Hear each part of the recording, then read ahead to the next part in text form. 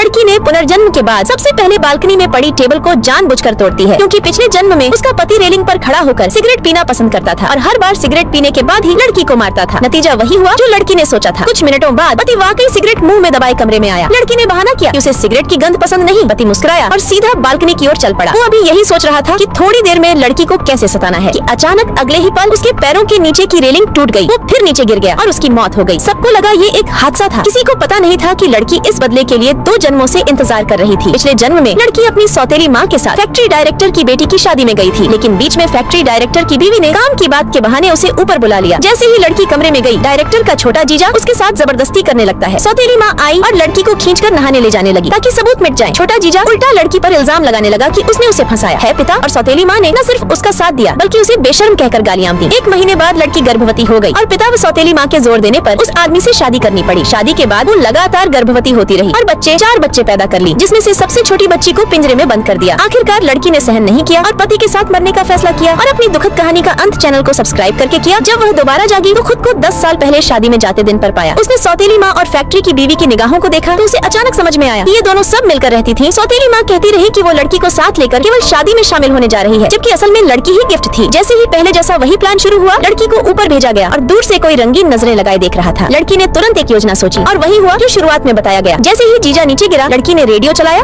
गाना सुना और नीचे की चीखों का मजा लिया। कुछ मिनट बाद फैक्ट्री डायरेक्टर गुस्से से कमरे में आया। उसके बाद डायरेक्टर की बीवी को बोली, तुम लोग शांत हो जाओ, लड़की इतनी दुबली है, वो कैसे किसी को धक्का दे सकती है। लड़की बोली, मैं तो सारा समय कमरे में थी, बाहर कुछ बच्चे खेल रहे थे, अगर मैं बाहर गई होती तो उन्होंने देखा होता और चैनल को सब्सक्राइब करा होता।